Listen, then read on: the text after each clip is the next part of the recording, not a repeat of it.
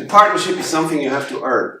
That's something you have to nurture. If you search for a partner, don't look for somebody with whom you just have happy, good times. Hello my beautiful friends, welcome back to my channel. Today we have a very special guest here, Sam. Thank you very much for joining us today. Welcome. Sam is a psychological counselor, a couple counselor, and maybe Sam, you can introduce yourself. So I'm not merely a couple counselor. It just happened that I have many couples now. For the last couple of years. So with all that work, it started to be more my area of expertise, if you want. So started to be a counselor about 25 years ago in Switzerland, in Zurich, and later moved to Latvia, and there we founded an institute where we also educated counselors to be counselors. And then I came to Slovakia, and now I'm here without the institute, but doing my job.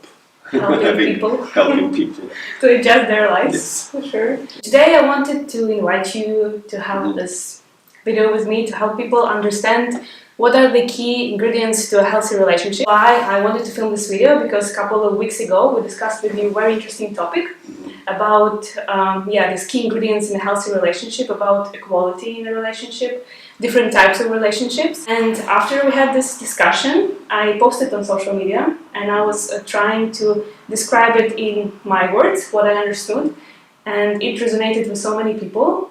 People were messaging me and telling me this is such a simple concept, but people are not aware of it, and so many people are stuck in a toxic relationship, and it's very hard for them because they just don't know what are the most important things. So today I really wanted to ask you to tell us more about the key ingredients and more about the relationship. Maybe before I talk about this, I would like to clarify that the background or the basics of what I'm talking is laid in more than 100 years ago. Alfred Adler, who was the founder of individual psychology and later was carried on by Rudolf Dreikurs.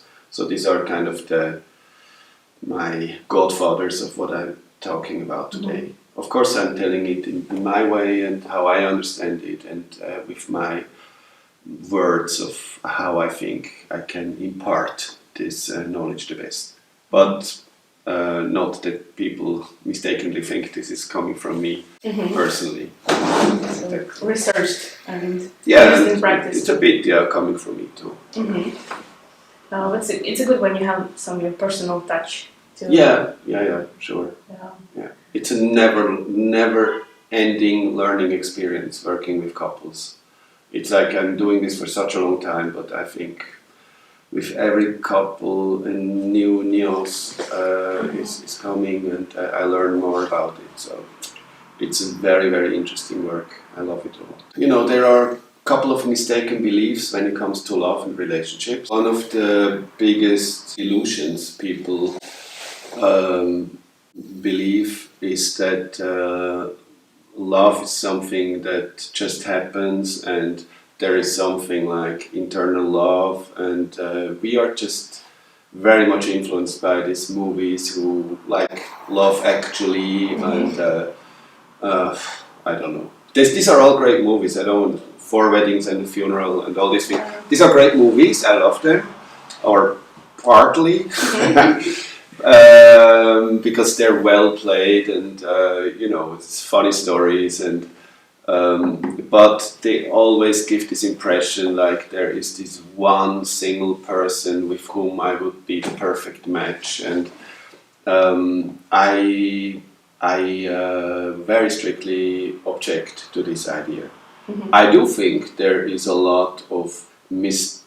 bit of mystery about when two people connect and two people meet, and of course there need to be also a physical and chemical connection. Maybe there is a bit of a spiritual connection and things which are beyond our understanding. But there is indeed a lot of things you can understand, and I think it's very important to talk about these things. And much more important is that it doesn't matter so much actually how good is the match in the beginning. It far more matters what do you do out of it. what both partners are willing to contribute, and if they are willing to overcome challenges and to grow together. This is a mistaken belief which we are living in a very,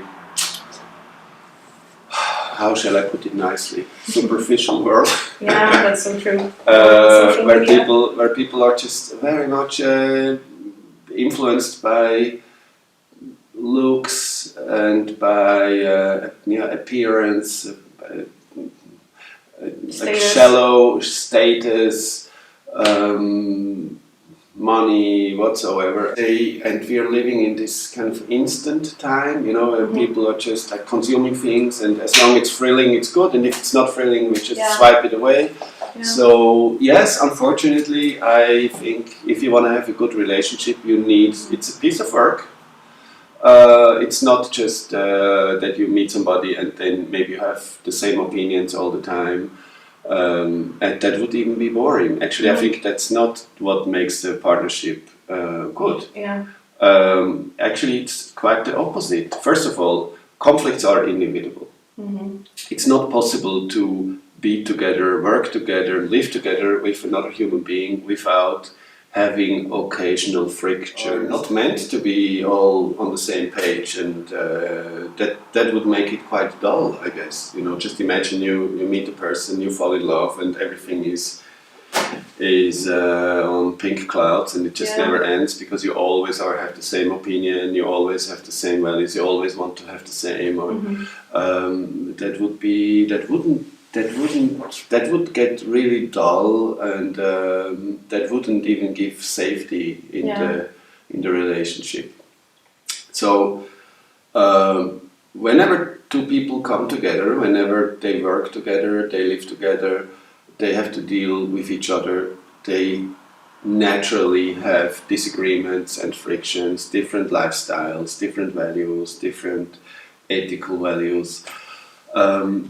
That's part of it. When we fall in love,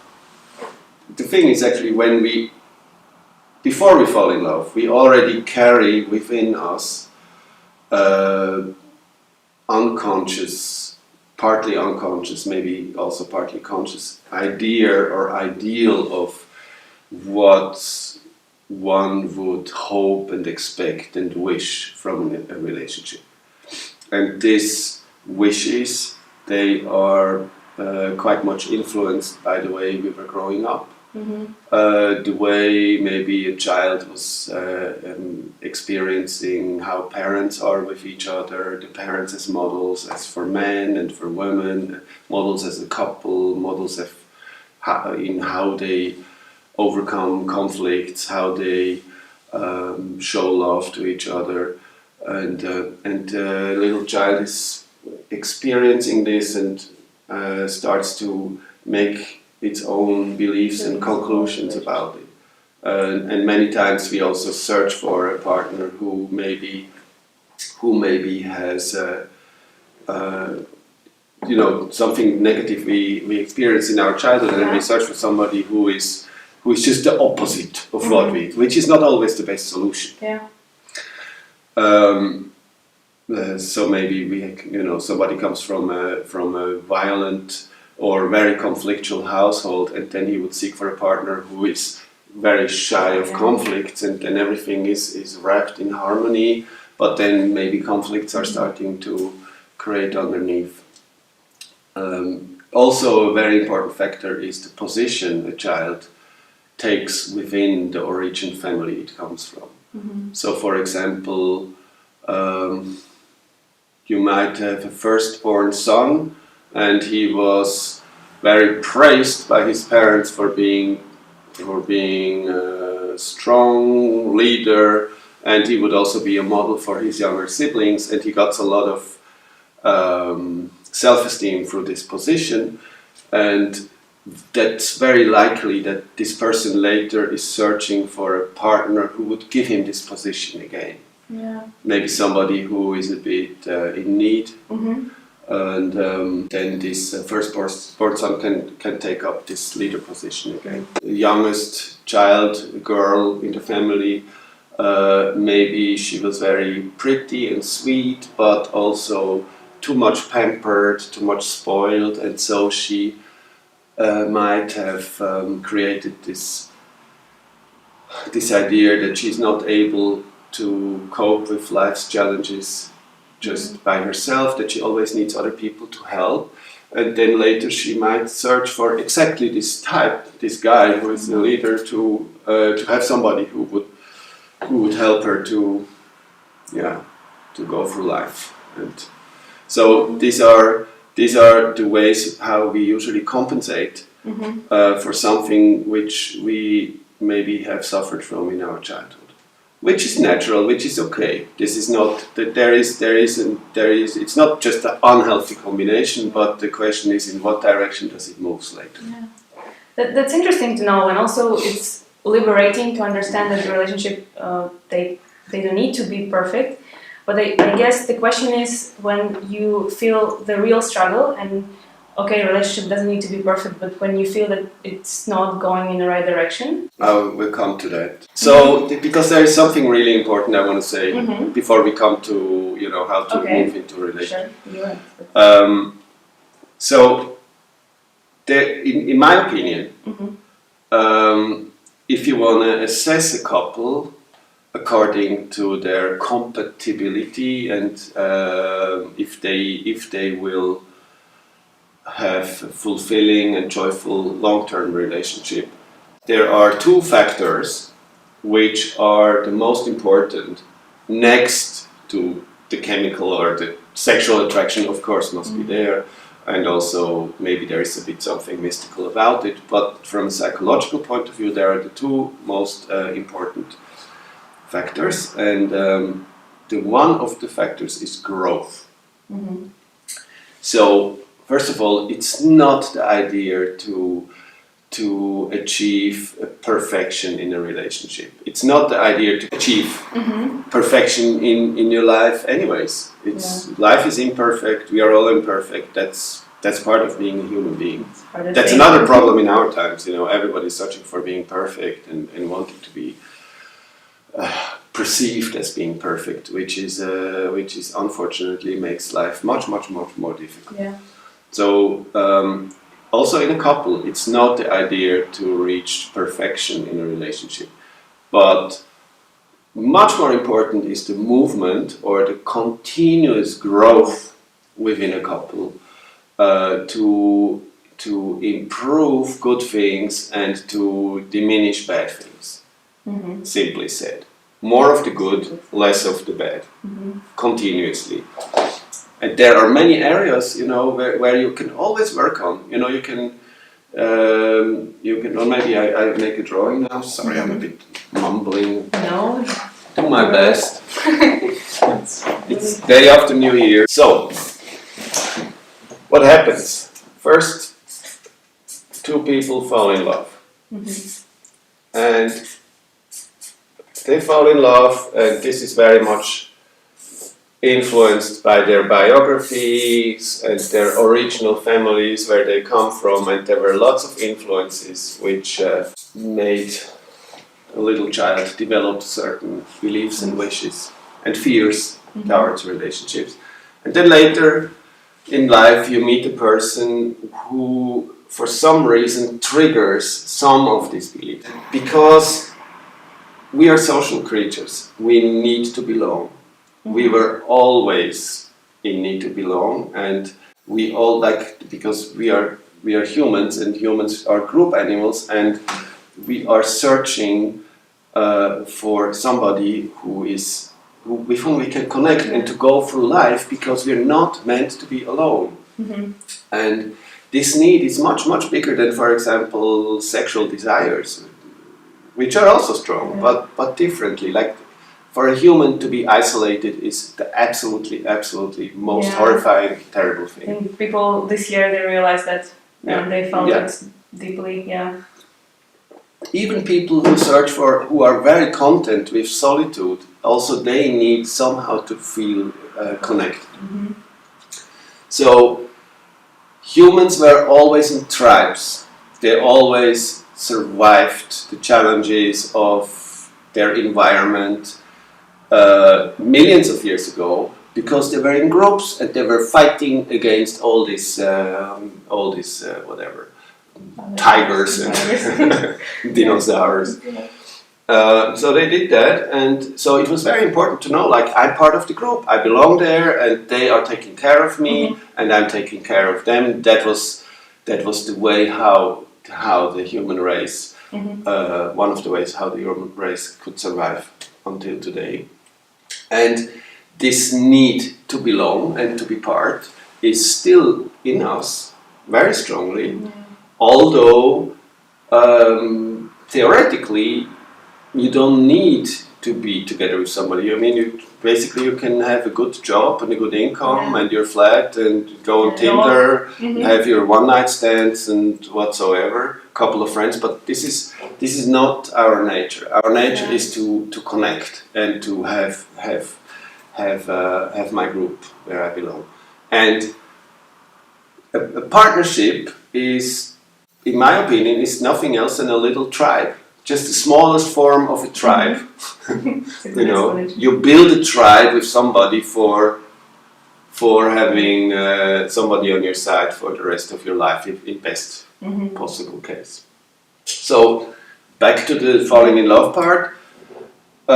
When we meet somebody who triggers these inner needs, then the feeling is overwhelming, and because you think like, oh, all my needs are finally covered, and of course this is not really realistic. To be honest, in this situation we go kind of mad or crazy. I mean, falling in love is probably important to have this boost. You feel like,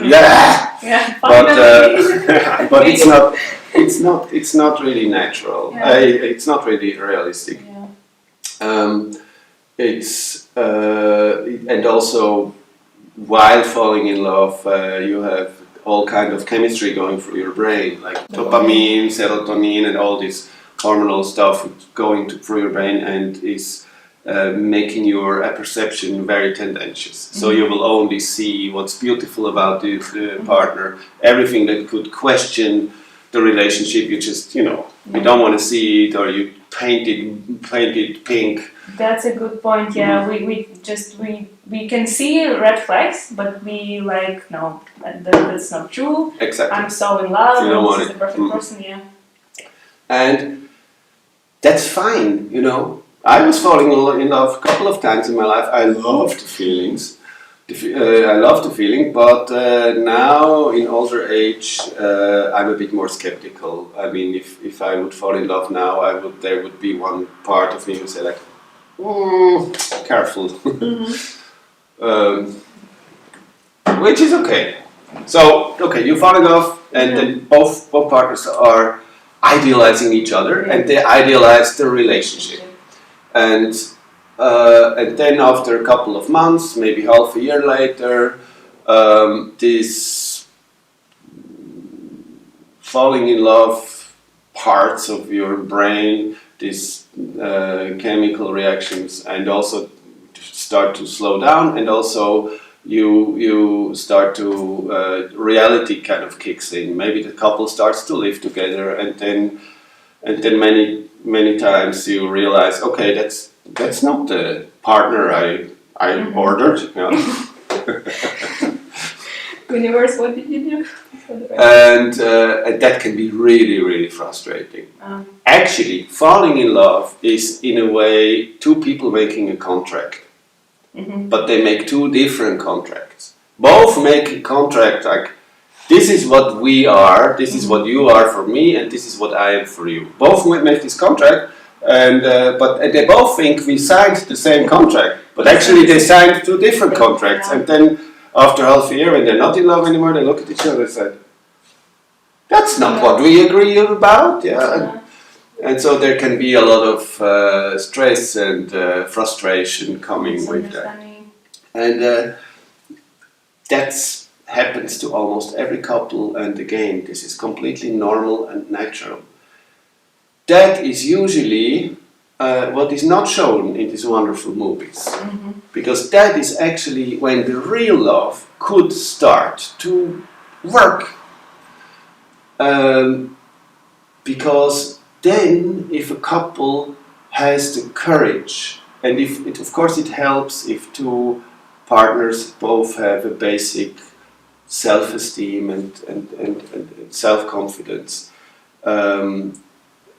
that they can also sit together and say like, okay, you know, I have my truth and you have your truth, and I have my needs, you have your needs, and in many ways maybe we are a very good connection, and in other ways we are not, and there we have completely different views on something, there we have different ways of lifestyles, and now let's see what to do with this.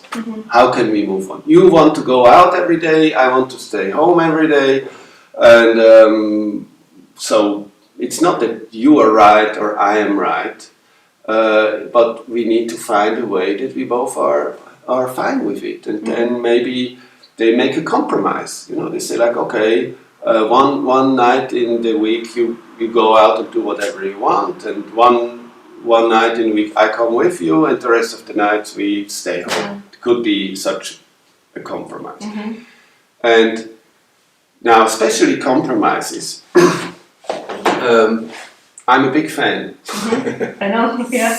I'm a big fan of compromises. So, when a couple makes compromise, then usually we have a very bad opinion about compromise, because they're like, okay, compromise means like, I have to cut away from my needs and throw it in the garbage bin. And you have to cut away from your needs and throw it in the garbage bin. Yeah? You want to go to China to holidays, I want to go to South Africa to holidays, and now we end up in Spain. It's okay for both of us, but actually, you know, China would have been better. So that's the misconception is, you don't throw this part into the garbage bin, right? You throw it into the partnership. Because the partnership, that's the third unit. That's interesting. The partnership is nothing you have in the beginning. Here you don't have it. The partnership is something you have to earn. That's something you have to nurture. That two people are contributing all the time into us. It's the us. It's you and me, and it's the us. That's our little baby, which we have to nurture, and it has to grow. Or you can also call it, you can compare it, whatever metaphor works for you. You can say like, this is a rock, and we both make it a piece of art, and we both are creating this over the years, and it's getting more and more and more beautiful. Or you can say it's a plant, and we both water the plant, and it's growing into a. So, and this is what I call growth. And growth for me is the absolute number one important factor to guarantee that you have a good, long-lasting relationship. If you search for a partner, don't look for somebody with whom you just have happy, good times. Look for somebody with whom you can overcome the difficulties. That's where the real love actually shows. But how you can know that this is the person with whom you can grow? It takes time. First you have to wait until the falling in love part is gone. Yeah, so we can see clearly. You have to enjoy the time and know, okay, it will be more difficult. And then you know, when you face difficulties and you have such an attitude and you think like, yeah, I want to work on it, and you also are aware that it's not about who wins the battle and who has the better ideas about relationship, but it's more like I have mine and you have yours. Then invite your partner to overcome the difficulties together. And if you have somebody who is reluctant to do that, who is persistent that it's either my way or highway, you will. I would advise you move on and find somebody with whom you can. What do you think about visiting a counselor to help? Yeah, counselor is always an option? Yeah, counselors can help a lot. Because people sometimes maybe they want, but they just don't know how. No. It's a good thing to go to a counselor. The counselor can, for example, make you understand this. Yeah. Can say like, okay, let's look at the two of you, your personalities and your convictions and goals and wishes in life, and let's see where they come from and why is one partner so extremely obsessed with safety and the other one so obsessed with freedom, and help themselves to understand it, but also from your partner. And so by better understanding, there is a much better way of communication, there is a much better way of forgiveness, and moving forward. And that's also, I think, a good indicator if you have a partner who is genuinely interested in who you are and what you are, and not just who he wants you to be. Yeah. So, if you find somebody with whom you can grow over a long period, then this third unit, the us, is becoming stronger and stronger and stronger. And over the years, you improve the communication, the conflicts were less, you find solutions for them, you find compromises, you enriched maybe, I call it couple enrichment, is when you maybe find common interests which you start to cultivate, like, cooking together is such a fun thing to do, or we both like to go to galleries and talk about the stuff. So find things which are connecting, and cultivate them, and then you can grow together. And then over the years, over 5-10 years of continuous growth, it's not only your partner you're in love, but you're in love with the relationship. With us, yeah. You're proud. Like, go! Look what we have created together. And this growth, this continuous growth, and which always includes going through crisis. There's always a crisis. There can be changes in the conditions. Let's say one partner is losing the job and is finally home all the time and is going through a crisis because he is losing self-confidence and starts maybe to control the other partner and stuff like that. Always things like this can happen. Or birth of children always brings in new dynamics. The man is jealous that the mother is more busy with the child than with him. Many things can happen. But overcoming them makes you much stronger. And a couple who is capable of doing that, they can overcome almost every crisis. And,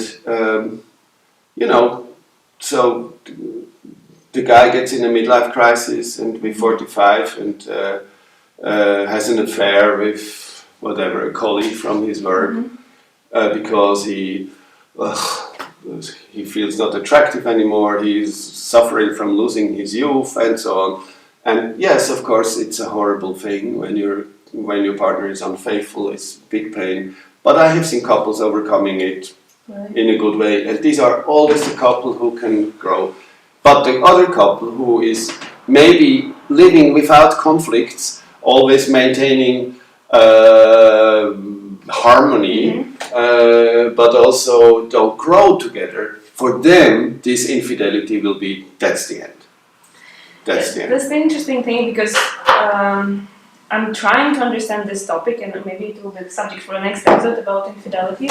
And this Esther Perel, if you know the psychologist, she talks a lot about infidelity. She has the whole book about state of affairs, and she also says that this thing can happen, but they don't mean that the partner doesn't love you or the relationship was not the right. It's just like. Well, when it comes to infidelity, you have to investigate it really, because again, there are so many forms of infidelity. Okay. There is physical infidelity, there is online infidelity, meanwhile, there is emotional infidelity, there is sexual infidelity, there is the one-night stand infidelity, there is an ongoing second relationship on the side infidelity. And there's so many forms, first of all, and then there are so many reasons for infidelity. There can be can be the guy who is suffering from aging and is afraid of losing his youth, and then it can be a revenge on a partner from whom you feel suppressed and you seek for your private freedom. It can be really out of being just completely wasted on the annual Christmas meeting in the office and okay, that's a stupid excuse. Okay. Now many people will say like, no. I will never accept that. No, I guess what the lesson from it that this thing should be strong, and we need to focus. But we don't need to focus what can go wrong. We need to focus on building something strong and then figuring out from that place. But the things go wrong, and then also have the courage to name them and put the finger on it. Say like, don't pretend you're happy when you're not. Yeah. Go like say like, I feel empty. I feel sad, I feel unfulfilled, or this is getting on. This you do this for years, and I can't stand it. Let's talk about it. You know. Do you think this infidelity, for example, can be prevented by addressing early on your feelings and emotions in a relationship? One of the for sure. Yeah. For sure.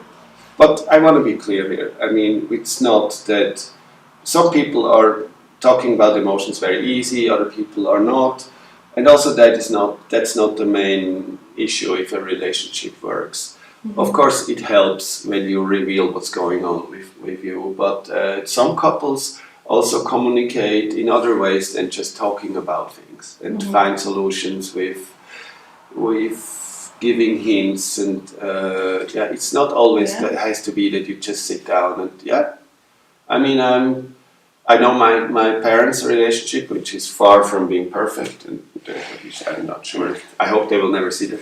But I mean, my father is a guy who he's extremely loyal, extremely reliable. He has a lot of love for his family, and you can always count on him.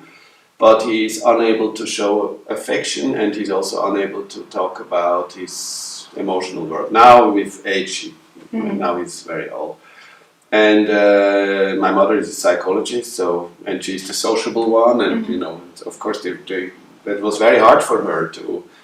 However, you know, I think some of the major changes they made in their life, and they went through crisis, was by whatever realizing somehow this cannot go on like this, and I have to adapt, and it doesn't, and then they overcame it, and it was getting better. And so it doesn't always have to be like that. I think it's more the willingness to go in this direction, in what way ever. But of course, having a healthy communication is the best, is the easiest way. Also, I believe in agreements. You know, let's say the couple where he wants to be home all the time, she wants to go out all the time, and now they make an agreement. Okay, one night in the week is your. And for some people that might sound artificial, but actually it doesn't mean it has to be always like that. But it's an attempt. It's actually the willingness behind, like, let's do something, let's try to improve it, not like magically it should somehow happen. Then sometimes you need artificial rules and agreements, and then you know, you just implement them for a while, and then maybe you see like, okay, this is not working out well. How can we alter it, make it better for both of us? Yeah. But or let's say a guy's he's suffering that he doesn't feel enough physical affection from his wife. I'm not talking about sex now.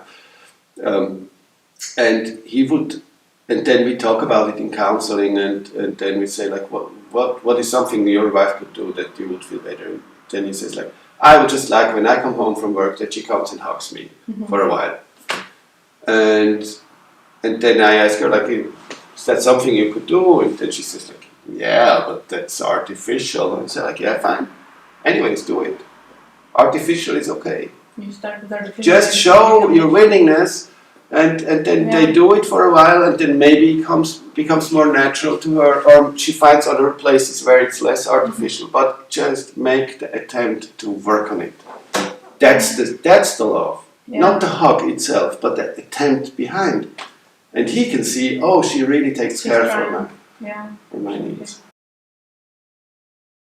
Well, I hope you stay tuned. For people. Stay tuned. What's coming now? That's actually... This is the juicy part. We talked about two factors which guarantee best possible for a long-terming, satisfying relationship for both partners. One of them is growth, and the other one is